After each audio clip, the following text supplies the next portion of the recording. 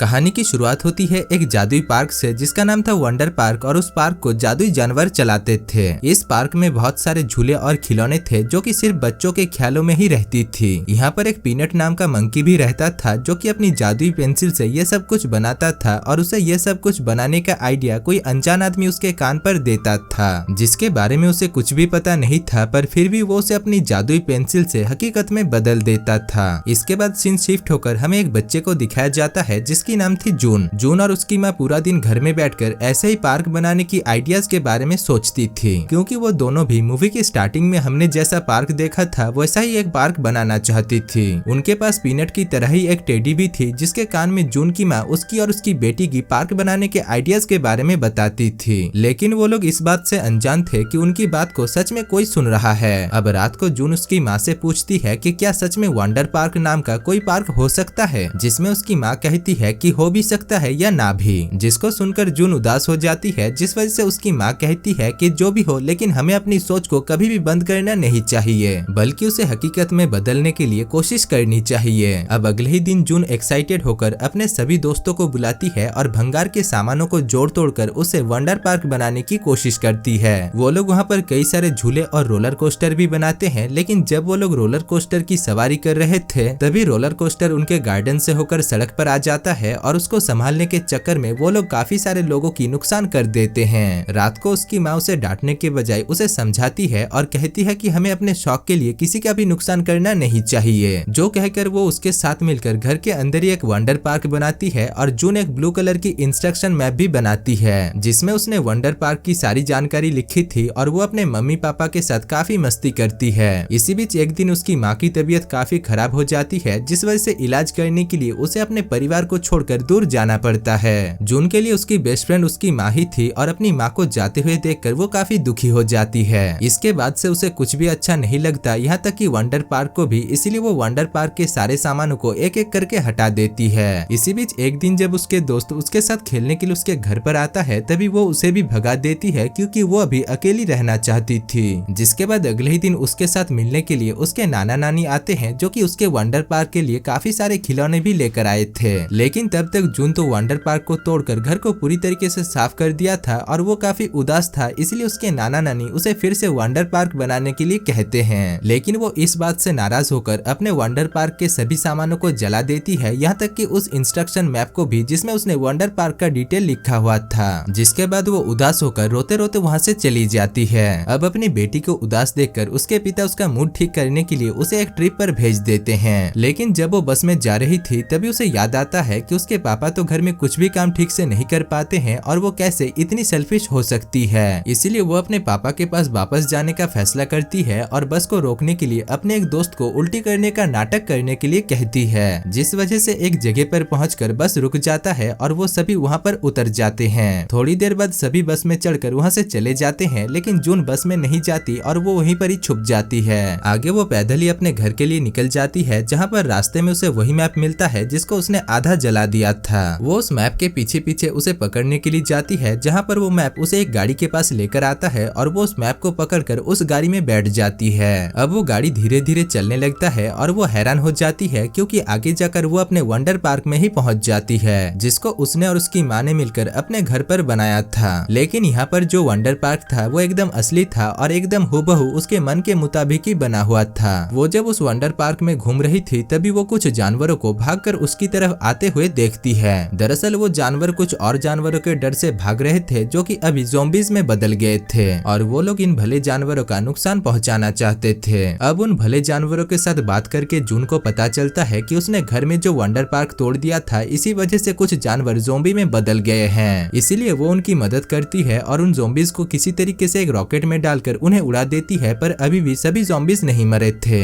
इसीलिए जून उन सारे जानवरों से पीनट के बारे में पूछती है, जिसमें वो लोग उसे बताते हैं कि उन ज़ॉम्बीज़ ने पीनट को पकड़ लिया है और उन्हें पीनट को छुड़ाने के लिए किसी की मदद चाहिए। जो सुनकर जून उन सभी जानवरों की मदद करने के लिए तैयार हो जाती है और अपने बैग से वो जला हुआ मैप निकालती है, जिसको देखकर वो सभी जानवर हैरान हो जाते हैं और सोचते हैं कि उसके पास उनके वंडर पार्क का सिस्टम मैप कैसे आया। जून उन सभी को बताती है कि वो और उसकी माँ एक वंडर पार्क बनाना चाहती थी, इसीलिए वो एक बंदर के कान पर अपने वंडर पार्क के बनाने के आइडियाज के बारे में बताती थी। जो सुनकर वहाँ पर सभी जानवर उसकी बातों पर पर भरोसा कर लेते हैं। आगे जब वो लोग पीनट को छुड़ाने के लिए जा रहे थे तभी जून के हाथों से वो मैप उड़ जाता है और वो लोग उसके पीछे भागते हैं। हम देखते हैं कि उस पार्क के सभी ज़ॉम्बीज़ तब तक उनके पीछे पड़ चुके थे और वो लोग जून को पकड़ लेते हैं। तभी वहाँ पर जून का एक साथी उसे बचाने के लिए उसकी तरफ एक जादुई छतरी फेंकता है जिसके सहारे जून उन ज़ॉम्बीज़ से तो बच जाती है, लेकिन आगे जाकर वो एक अनजान कलरफुल दुनिया में पहुंच जाती है। वहाँ पर ग्रेविटी नाम की कोई भी चीज नहीं थी, इसलिए जून को चलने में काफी मुसीबतों का सामना करना पड़ रहा था, लेकिन फिर भी वो किसी तरीके से आगे बढ़ती है और तभी वो अचानक पीनट से मिलती है। यहाँ पर वो पीनट से कहती है कि तुम तो अपनी जादुई पेन से सब कुछ ठीक कर सकते हो, जिसमें पीनट कहता है कि वो अपनी जादुई पेन से सिर्फ अपने थॉट्स को हकीकत का रूप दे सकता था, लेकिन वो सभी थॉट्स कोई अनजान आदमी उसके कान पर कहती थी। जो सुनकर जून सब कुछ समझ जाती है कि वो और उसकी माँ अपने उस टेडी के कान पर जो कुछ भी कहती थी वो सब कुछ पीनट यहाँ पर हकीकत में बदल देता था। इसीलिए वो पीनट के कान पर सब कुछ ठीक करने के लिए कहती है, जिसके बाद पीनट अपनी जादुई पेन की मदद से जून को लेकर सब कुछ ठीक करने के लिए निकल जाता है। आगे वो लोग काफी मेहनत से सब कुछ ठीक कर देते हैं, जिससे वो वंडर पार्क पहले के जैसा ही बन जाता है। इसके बाद जून उन सभी को वहीं पर ही छोड़कर अपने घर के लिए निकल जाती है, जहाँ पर वो अपने पापा के पास आकर उन्हें हग करती है और घर के अंदर फिर से अपने मन के मुताबिक एक वंडर पार्क बनाती है। अब कुछ ही दिनों के अंदर उसकी माँ भी ठीक होकर घर वापस आ जाती है, जिसको देखकर जून काफी खुश होती है और अपनी माँ को वंडर पार्क के बारे में सब कुछ बताने लगती है। आगे हम देखते हैं कि उसने अपने घर पर एक बहुत ही खूबसूरत वंडर पार्क बनाया था, जहाँ पर शहर के सभी बच्चे आकर उसे उस पार्क को और भी बेहतर बनाने का आइडियाज देता था और वो उन आइडियाज को पीनट के कान तक पहुँचाती थी। दूसरी तरफ हम पीनट को देखते हैं जो कि उन आइडियाज को इस्तेमाल करके रियल वंडर पार्क को चकाचौंध कर देता है। और दोस्तों, इसी के साथ ही इस मूवी की कहानी समाप्त हो जाती है।